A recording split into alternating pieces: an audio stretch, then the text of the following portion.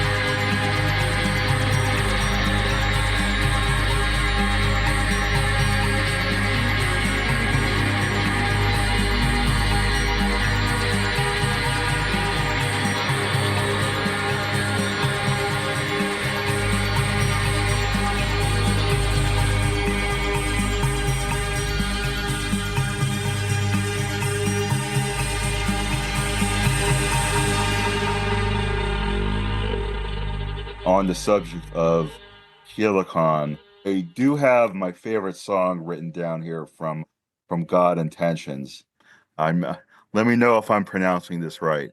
Is it Heliconia or Heliconia?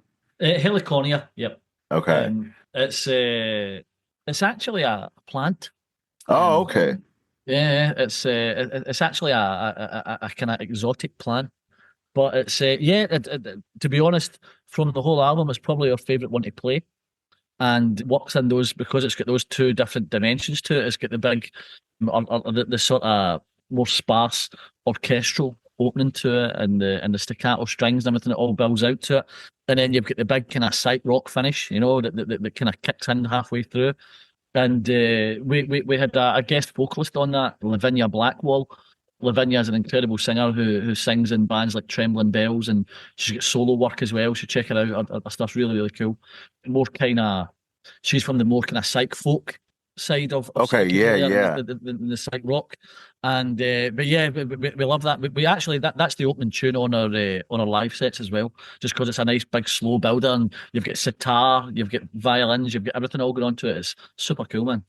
First of all, I love and I'm instantly attracted to any band that uses the centaur.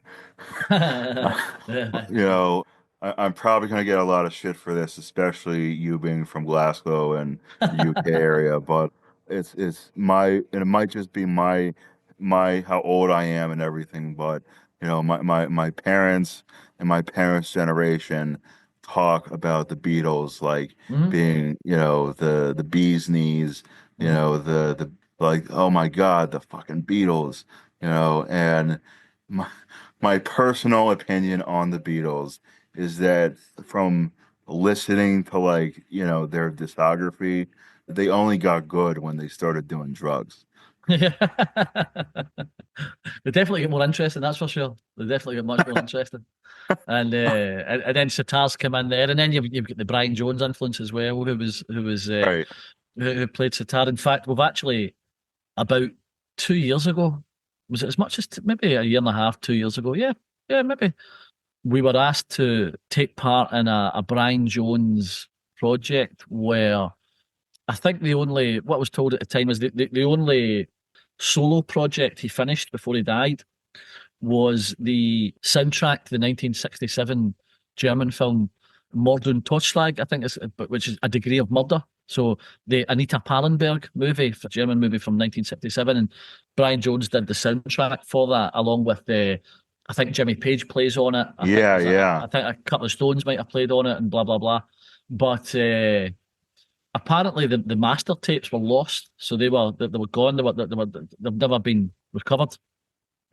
And we were asked about maybe, as I said, about 18 months to 2 years ago to take part in a project where they were going to use different artists to recreate the soundtrack because the master tapes were lost, but also to take the soundtrack and then expand it into your own pieces of work. So we were invited by the person pulling that together because we had a sitar player, because a sitar track and the soundtrack where and it's a scene in a train station, so it's really sharp and zingy because the sitar, it's meant to sound like it's in the train station, so it's hitting off, the brick walls and the big high ceilings and all that echo and reverb that's all going around it. So we did that, and then from that little bit that's in the soundtrack, we then turn it into this whole other thing. So it becomes a full song and all opens out. And we've done 3 tracks from that soundtrack. And originally I think there was some people from The Damned involved. I think Twink was involved. I think there was someone from Public Image Limited involved. I'm not sure if that project is ever going to see the light of day now for several reasons. But what we are going to do is we are going to release the 3 tracks that we recorded for it. So one of them is a big sitar piece, which is super cool. Awesome. There's another one that's a kind of wild Brian Jones type harmonica track, and then there's another one that is it's a kind of church organ feel to it, but I think it's a scene from I think it's played at the funeral scene. No, is it a car crash? No, it's a funeral scene that's got the kind of church organ. We turn that into a whole big piece as well, man. So I think this is an exclusive. We haven't told anybody this yet, but I think for Brian Jones, I think Brian Jones' birthday was something like the 28th of February, there or thereabouts. So I think we're going to release that on the 20th of February, actually, for to mark his birthday. Awesome, awesome. Mm. I am very excited. I will try to have this out by then or before then. Yeah. Although Um, we did make a joke that I think we'll call it massacring Brian Jones. that would be, yes, please. See if we can see it might upset Anton, but we'll have a go anyway. Right. Oh yeah, Anton is someone I really want to get on the show. Um, the massacre and the Warhols Mm, have just been like, you talk about creating consistent like mhm. music throughout the years. The two of them, especially Anton, Yep. as much as I love the Warhols, Anton has been a little more consistent with Yeah. Amazing. like the continuing the psychedelic like sound, like how, that they're so like famous for. The Warhols, I love them equally. They You can just clearly tell they've been like experimenting a little bit in more recent years, and some I like more than others, but Anton, I I don't know how the hell he does it, but he's like I want to say like the two of them remind me of like Frank Zappa.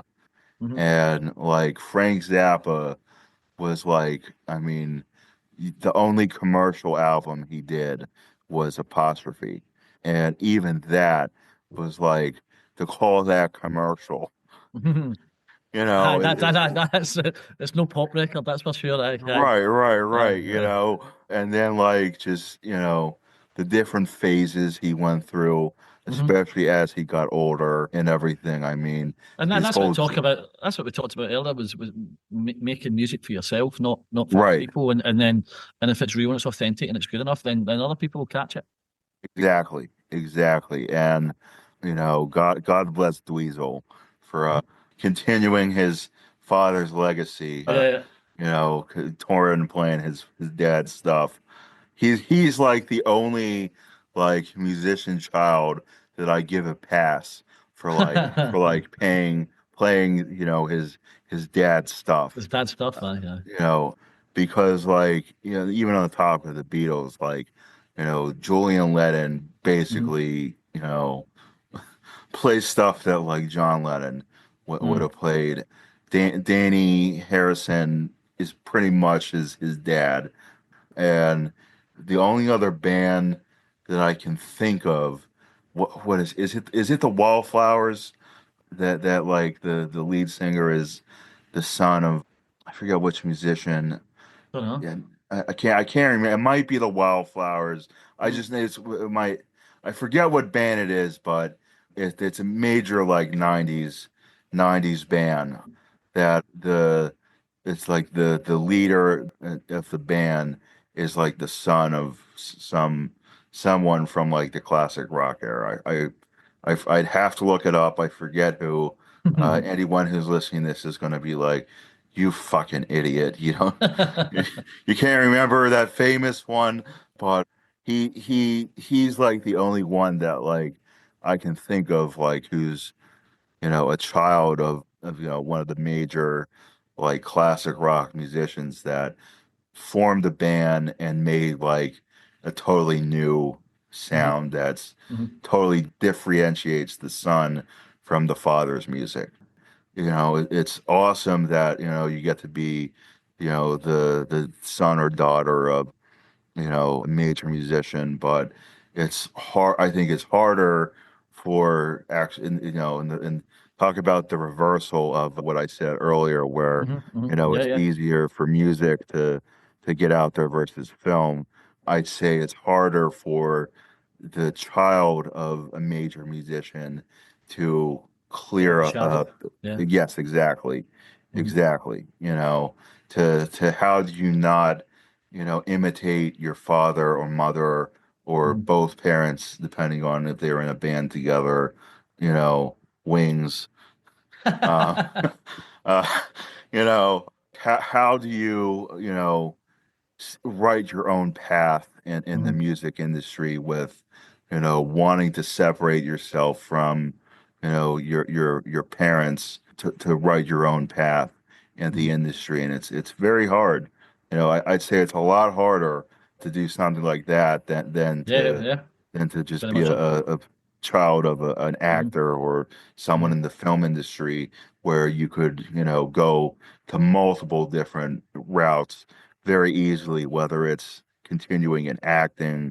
directing, and stuff like that. I think it's much, much harder. People can't help but compare and pull it, and in the music side of it, then you're going to have to find entirely your own path. That's as you said. Otherwise, it's just who wants to be a pale imitation of somebody that went before you. You know what I mean? Exactly. Exactly. I mean, I listened to Danny Harrison. I Hmm. listened to Julian Lennon. I personally thought, the two geniuses of the Beatles were Harrison and Lennon. Hmm. McCartney, honestly didn't think Wings was so great. And Ringo is Ringo. But those two were like the superstars, the creative geniuses Hmm. of the band. And just like I think Brian Jones was pretty much the main Hmm. creative genius part of the Stones. I mean, it's very clear to see the decline of the Stones after Brian Jones died, Hmm. and the like how they transition into being more and more commercial and stuff like that. But I mean, Zappa, very interesting guy, very smart guy as well. I mean, I learned that this is like before computers and before, the internet and all this like technology stuff. And he apparently taught himself how to be a conductor and like orchestrate an orchestra just by reading a book on it. Really? Wow. Checked it out from the library, Mm. read it, taught himself, and that's how he was able to do it. How did we learn anything before YouTube? That's what. Right, You right, know, exactly, exactly. For us how did they build? spoiled, How did they build the pyramids without YouTube? That's what I want right, right, to But yeah, and then just like I mean, I watched this old interview clip with him back before he was like really big as Frank Zappa, and he was on some talk show, and he was demonstrating how you could, and it was like a 1960s talk show, so it was like a 1960s bicycle that know. that he was explaining to whatever talk show host and audience how you could make a bicycle into an instrument and demonstrated. And Mhm. the fact that he didn't do any drugs, Mhm. well, alcohol was his drug of choice, but Yeah, yeah, and nicotine, yeah, yeah. but Could be fooled. right, right. But it just is very interesting to like see where that mind with everything that he Mhm. Mhm. created and also talk about being one of the best guitarists from that era. Shut up and play your guitar. Mhm. It's it's and one of the things about it is how hard it can be to a bit like Beefheart and stuff like that as well. You know what I mean? Right, right. Flo and Eddie. Yeah. It's hard for people to find a way into it, but when you find a way into it, then you tend not to find your way back out of it. Right, right. And, another thing that I found about Zappa from watching old interviews with him that I actually wanted to ask you as a musician, especially playing live and now in modern times where you actually have, I mean, I don't know what it's like in the UK and in Europe, but here, at least in Pennsylvania, we have like a cutoff of when bands have to stop playing. Yeah, And yeah, it sucks. Um, yeah. like they have to stop at 11 p.m. Yeah, same here. um, because of union laws for them to break down everything and Hmm.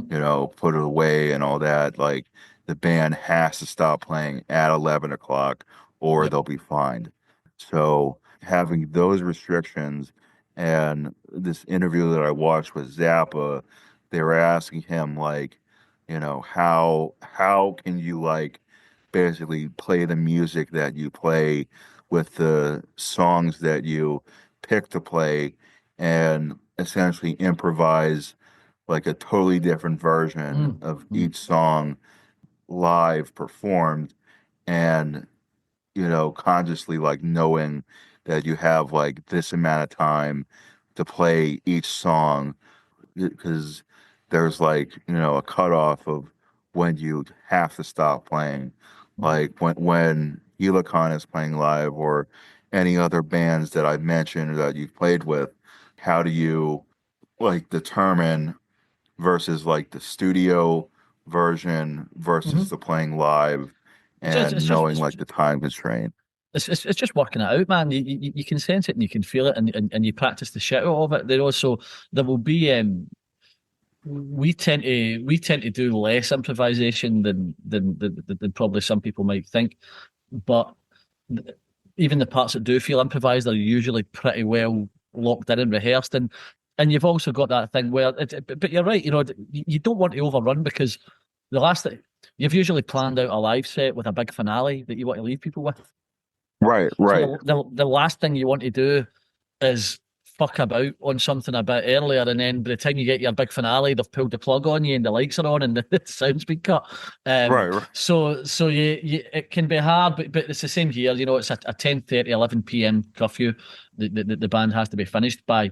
And making sure that you run to time, and make sure you get started on time, and making sure that it's like anything else, man. As long as you've done all your prep work beforehand, and you've really practiced enough, and you've got that set licked, and everybody knows exactly what they're going to be doing, and nobody gets too drunk before the show, then you're usually in pretty good shape. It's fine. Awesome, awesome. I had a question from being from the UK.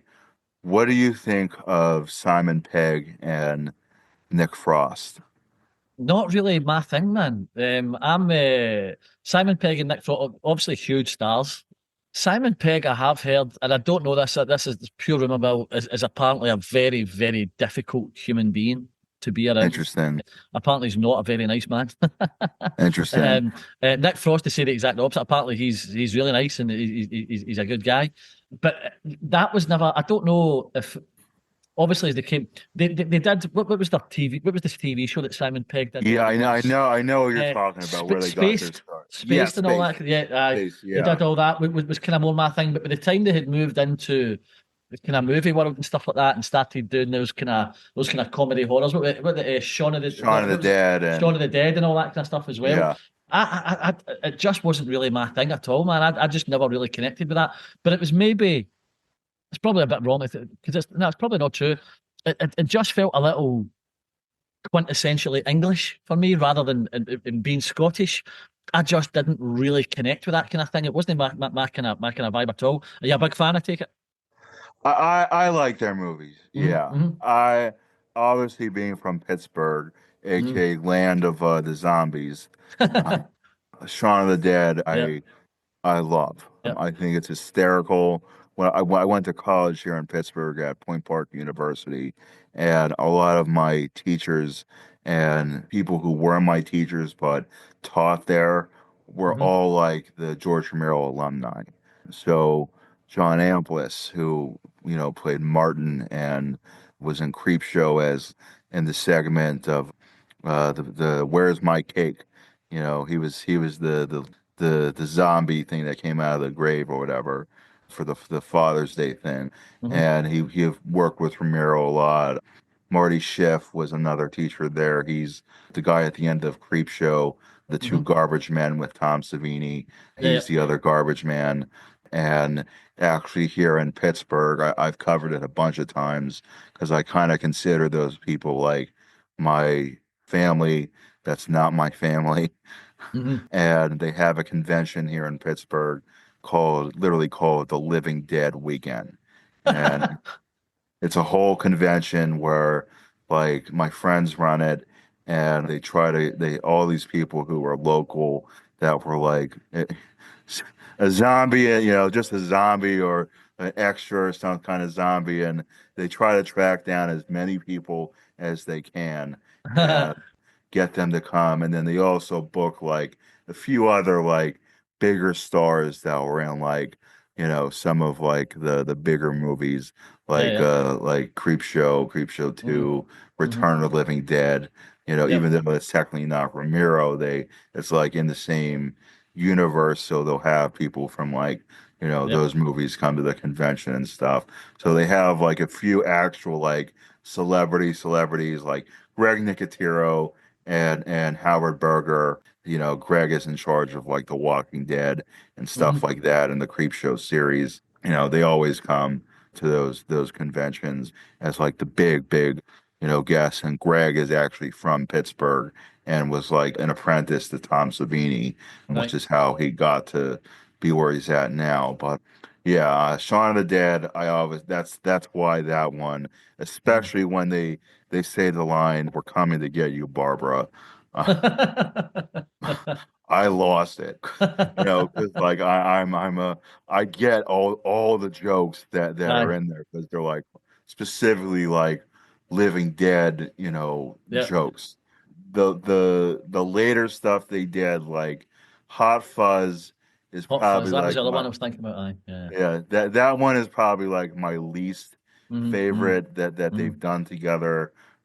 The what is it? The World's End. That one is probably my second favorite. I would put Hot Fuzz, third, and Shaun of the Dead first. But yeah, I do like them, and obviously Nick Frost and Simon Pegg have branched off to like do their own stuff separate from working with what is it, Edgar Mm. Wright. Yeah, that's it. Yeah, Um, we had to go right. Aye. Aye. right, and have made a name for themselves on their own, especially Peg with like working with Tom Cruise on the Mm-hmm. Mission Impossible movies and stuff Mm-hmm. like that. Another English director, writer who I had a question about from your opinion is Guy Ritchie. They can fucking dig a hole and bury him in it anytime they like, as far as I'm concerned. I can't, oh my God, I'd like anything Guy Ritchie has ever touched has annoyed me more than I could possibly find the vocabulary to describe. Interesting. It had that one thing going on, but I think I watched maybe 3 or 4 minutes of that thing. Is it Gentleman? Is that what they call it? The Gentleman, And yeah. I was just like, oh no, man, I can't do this. Guy Ritchie can honestly just disappear from the face of the earth as quick Interesting. as possible, as far as I'm concerned. Interesting. I mean, I've been following him since like Mm, his big hits with mm, like Lock, Stock, and Two Smoking yeah, yeah, Barrels yeah, and yeah. and Snatch and all that, and Mm. basically making Jason Statham's uh career. See, he's got that to blame for as well. He's responsible for Jason fucking Statham. You know what I mean? So he should be held in a court of law and locked in a tower for the rest of eternity. Oh, that's amazing. It's very interesting to see like the country differences because I'm like I love Statham. I really like Guy Ritchie. Yeah. But like I wanted to hear like in terms of like authenticity, like And I think that's the word. I think it's so inauthentic. Everything that he does around all that Cockney geezer stuff and all that is right, so. Don't get, when I think when Lock Stock first came, that was a hit where he went, "Oh, this is interesting. This is quite new. We haven't seen right, this done in this way." And then it became such a trope for him and for so many other people as well that yeah, I think it's it's such an upper class, kind of upper middle class, rich person, nouveau riche person's view of what working class life is like for those people that it kind of it just authenticity is the word. It lacks authenticity and more the early stuff, not so much. But as you get through it as well, it becomes. But then that's what it became. Didn't it? A lot of these things became just big fucking popcorn movies and that kind of stuff. right. And I thought Snatch was quite interesting and quite funny, and certainly had moments in it that were there. But yeah, I think I kind of wish they had left Guy Ritchie in the 90s, to be perfectly honest. Interesting, interesting. I will say after he did like the movies he did post Snatch, Hmm. you can clearly see are Hmm. more there's more blockbuster, Hmm. money Hmm. Hmm. influence in them versus Snatch and Mm. Lock, Stock. I will definitely say that, and say I can definitely understand, what you said about Simon Pegg kind of Mm. I've just being, about it's just not my it's just not my area. It's just not my field. It's just not my thing at all. yeah, yeah. On the subject of movies, what are like some of your favorite films? Oh man, that's a deep question. Some of my favorite films. I think probably the film I've watched most in my life, unsurprisingly, would be Pulp Fiction. I've probably seen that more than again because of my age and when it happened and the amount of times that you had it on repeat and the fact that you had these before streaming services existed, you had these things in DVD and you would absolutely annihilate them and go back and back and back. And I've always enjoyed what Tarantino's done and find that trajectory. But again, probably most things, the early work is far more interesting than the later work. Yeah, Um, I'll agree. but by a distance. But I've never really been a massive. I enjoy movies, but I've never been a massive movie buff. I enjoy movies. I go there. I mean, I went to see the Nosferatu movie just recently, and I thought it was I thought it was chronically dull.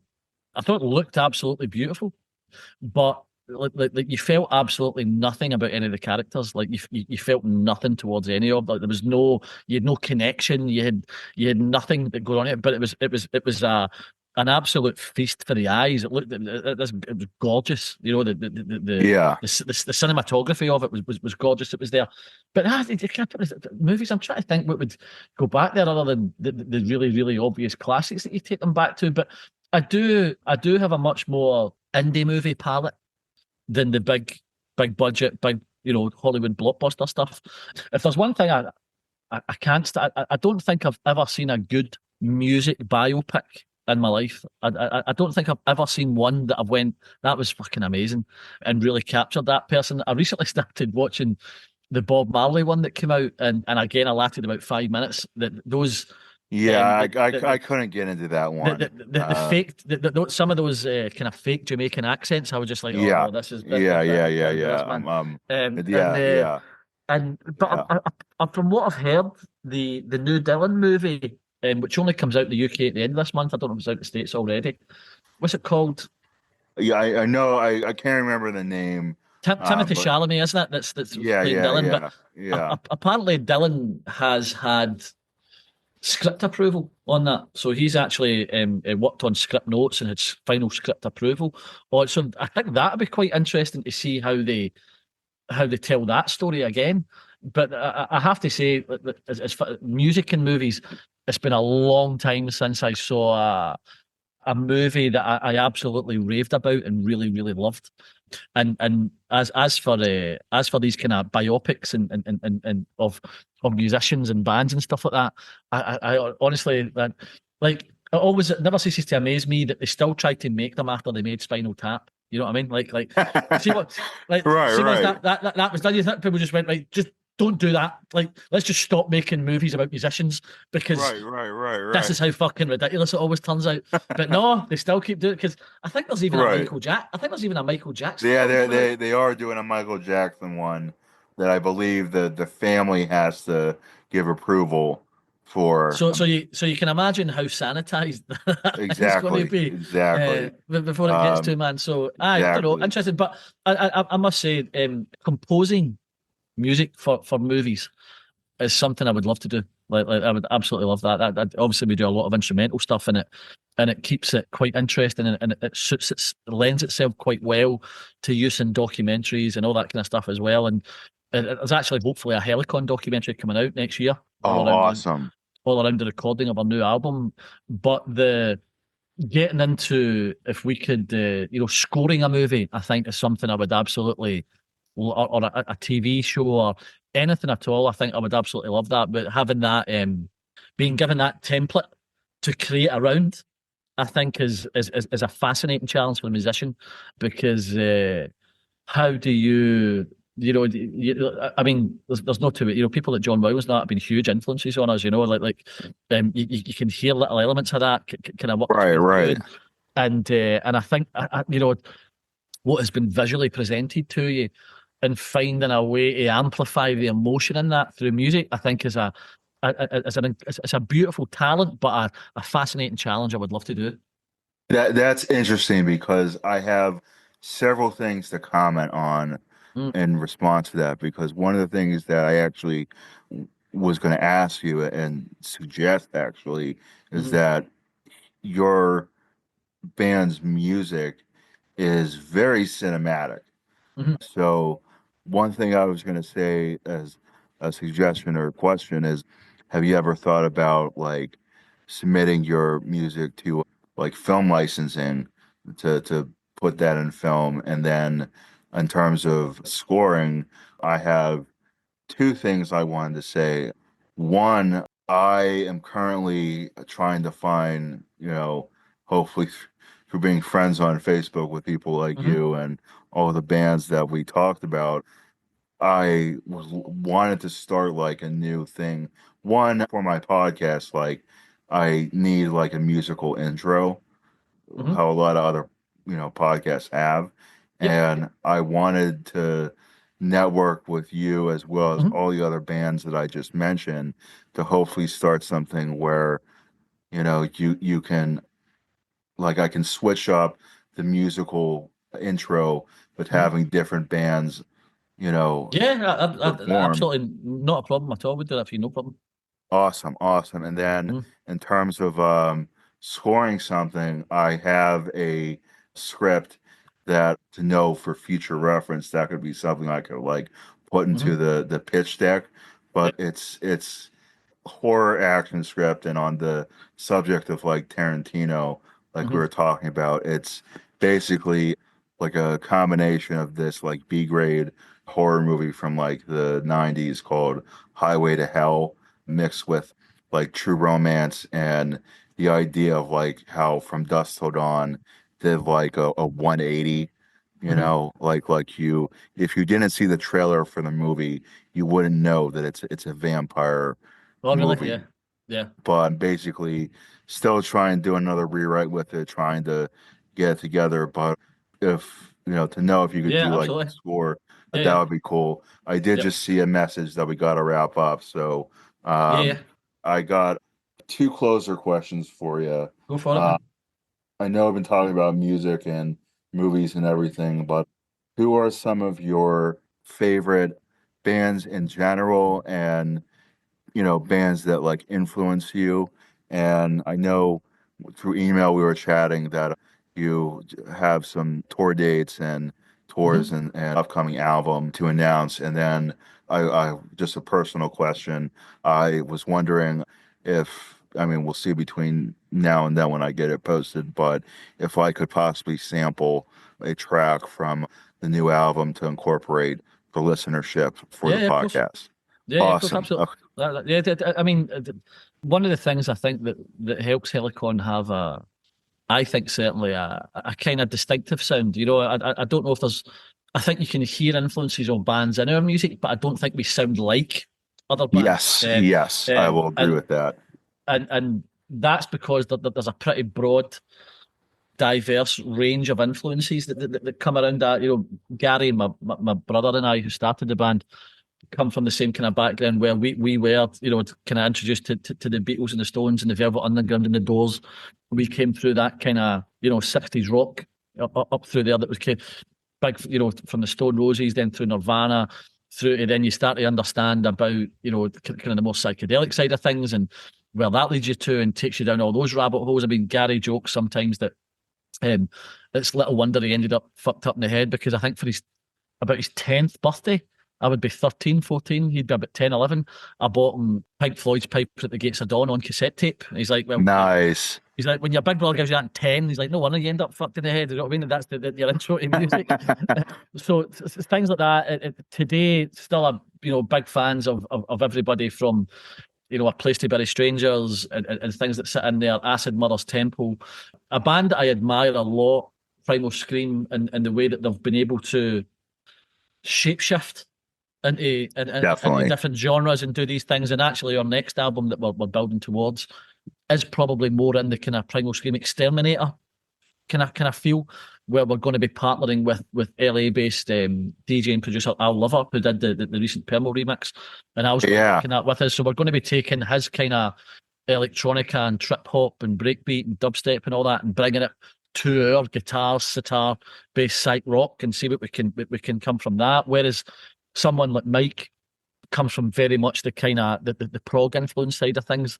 Massive fan of Gong and all these kind of guys, as well. And who he absolutely loves. Seb, the drummer, again, another really, really broad array of influences, but has a lot of kind of traditional music in his background, like the Scottish trad music and all that kind of stuff as well. And believe it or not, was originally trained in the French horn as his first instrument. Wow. So he brings that. And then Graham, the sitar player, obviously he comes into it with bringing a huge he's very, very much into 60s counterculture and all that as well, but he brings all that Eastern influence that we have in there as well, which brings the sitar. And we've got a little Turkish saz sitting there that we're starting to work on some new tunes with as well. So a real eclectic mix of influences that come into that, and I think you can hear that, and even there's so many kind of amazing bands that we get to play with and see today that still influences very heavily. Whether it's the 13th Floor Elevators and their legacy that's ran all the way through to today with bands like the Black Angels, or if you see my hand tattoos with Spacemen. Spacemen 3 are a massive influence on us, and in my eyes can do and never have done any wrong. Other bands that I forgot to mention, but equally extremely awesome and powerful and main influences for exactly what we were talking about. Amazing. And I know you talked about dream pop, and you talked about, and obviously Mogwai are big influences. Or I'm good friends with Martin, the drummer in Mogwai, and we recorded our first album in their studio and stuff like that. And their path has been a big influence for us in the way that they've managed to carve that out themselves. And then, as you mentioned, the Jesus and Mary chain, Gary and I, my brother and I, we come from East Kilbride, outside Glasgow, which is the little town that the Reed brothers come from. And their kind of whole aesthetic and that adoration of feedback and noise and finding the beauty in the noise, which I think was something that just pulled out my own headphones there. So that beauty in the noise, I think, is something that you learn to appreciate through things like early Floyd and the Velvet Underground as well, and they carried that on. So, anything that feels, anything that deviates and has from the mainstream, anything that shuns predictability and mediocrity, anything that will push you into new territories, whether it's the weirdness of Sid Barrett early on, right through to today, with some beautiful abstract German artists and stuff like that as well. I think that the more you can pour in, what can you pull from all these different little elements and start to create something new. And I mentioned the shoegaze and dream pop thing. A band you should check out who are very dear friends of ours. They're based in Paris in France, and they're called Heelys. Healees. I know them. You know Heelys? I know Jason was working on the record, band. I think. And lovely people, really, really good friends of ours.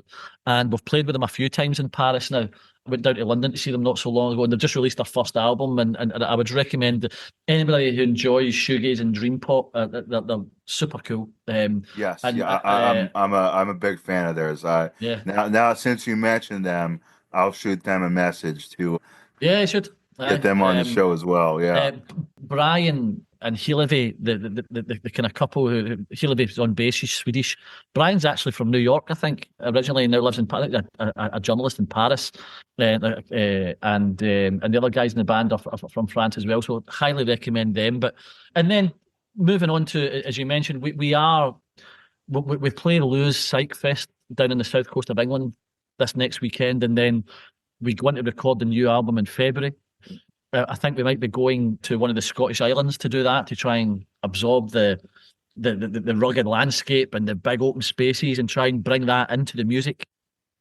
Hopefully, Al Lover is coming over to record that with us. Fingers crossed, and best wishes to everybody out in LA right now, where Al lives, and being evacuated. That's a horrible situation for all those guys. Yeah. I hope everybody's safe and that goes okay.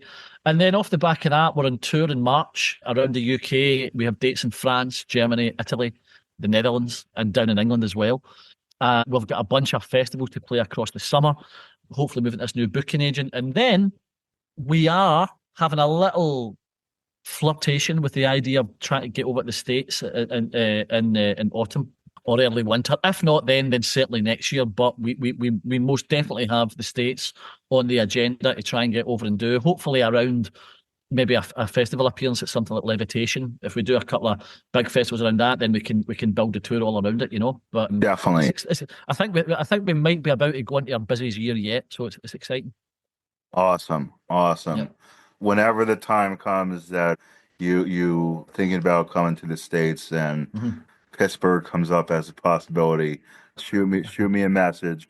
I will give you a list of all the best venues that would benefit, the type of audience that listens to Helicon and that genre of music and everything. So thank you, mate. Absolutely, John. It has been a pleasure talking with you. We are almost 2-hour conversation. It might be 2 hours actually. That just shows how time swims by. And the bowl, you can't see out the bowl when you're inside it. Right. Thanks for having us, though, mate. I really appreciate it. Absolutely, John. Thank you so much for taking the time to swim in the bowl with me. Again, I hope the temperature was just right. It was, man. Keep it fishy. Cheers, mate. Excellent. Thank you so much. What's up, all my fishes in the sea? Thanks again for tuning in and for being a subscriber. Your continued support means a lot. I want to let all my guppies in the sea know you can now purchase custom fishbowl merch by DMing me, Sam Fish, on Instagram at thefishbowl88 or on Facebook at thefishbowl. Get hooked on yours today. We have custom t-shirts, mugs, pens, handbags, hats, beanies, hoodies, everything to make you the coolest looking fish in the sea. And if that's not enough, I am now accepting early access subscribers on my Buzzsprout website. That's right, you can subscribe for early access to the Fishbowl's content, as well as I am accepting donations to help keep the show going. Again, your support means the most. It's the most important fishes in the sea to keep the unit going. Thanks again, y'all, and keep tuning in, and let's all keep swimming upstream. Dissolving into me. So much more than what you haven't said. To me, you're already gone, already dead.